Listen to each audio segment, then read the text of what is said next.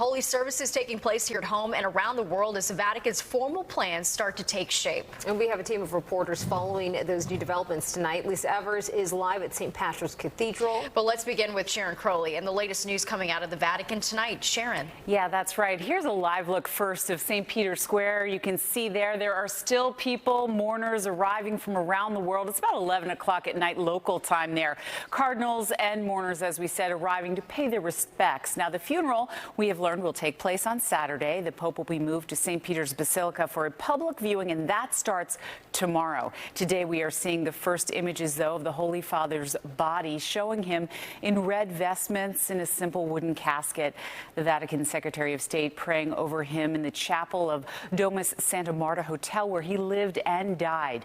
The Vatican News reports that Pope Francis was thankful that he was able to greet the faithful in St. Peter's Square on Easter, just a day before he died. He initially, I guess, had some doubts given his poor health, but today we learned that his personal healthcare assistant encouraged him to do it, and afterward, Pope Francis reportedly said, "Thank you for bringing me back to the square." Among the mourners in Vatican City today, the Pope's second cousin. She shared her thoughts at this time.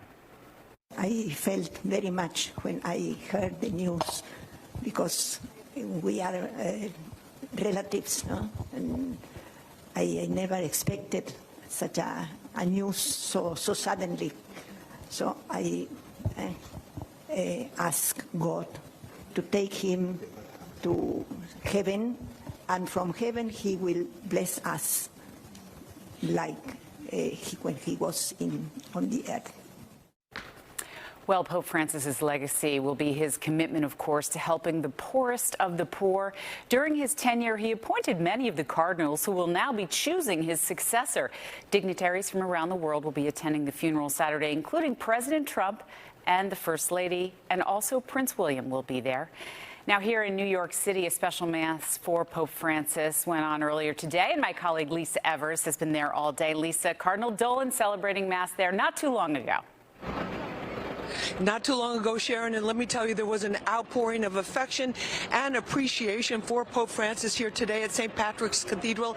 That appreciation and love coming from Catholic New Yorkers as well as visitors who showed up for this Mass to pay tribute to the much-loved pontiff who meant so much to everybody. Now, St. Patrick's Cathedral was packed with the faithful at the special Mass, mourning the loss and honoring the legacy of Pope Francis. So many people showed up for the special service led by Timothy Cardinal Dolan that the ushers and security allowed the overflow worshipers to stand in the aisles. Cardinal Dolan spoke of the humility and the example of faith set by Pope Francis and how they had forged a special bond during Pope Francis' 2015 visit to New York. Here's what His Eminence told us after the Mass.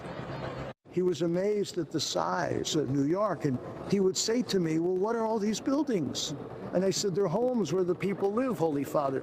And then he would look out at the ecstatic crowds along the road, and he said, "But they all come to see me. They love me," like he was surprised. And I was so happy with that. And to this day, every time I see him, he will say, "I will never forget my visit to New York." Now, before the Mass, several dozen priests participating in the service arrived at the cathedral. So did many Catholic New Yorkers who had heard about the special Mass in their local parishes. There were also other visitors and tourists who wanted to take some time to honor the people's Pope. Here's what the faithful told us. I certainly can't make it to the Vatican, but I could come here as a New York resident and be with the faithful to take part in this eulogy. It was beautiful. I said it was very nice to celebrate here at St. Patrick's the life of the Pope. We were so happy to be here and to remember such an extraordinary man. It was simple. The homily was very short. He couldn't thank people enough for being there. He embraced all the religions of the world, just like Pope Francis did. And it was a meaningful Mass for me. We have this great love for the Pope. And as Cardinal Dolan said during Mass, he is a unifying figure. And he is not just in our country, but all over the world.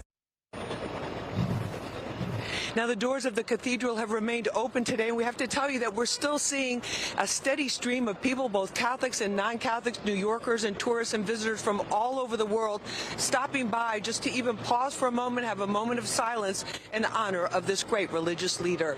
Reporting live from St. Patrick's Cathedral, I'm Lisa Evers, Fox 5 News. Bianca, back to you. All right, Lisa, thank you for that.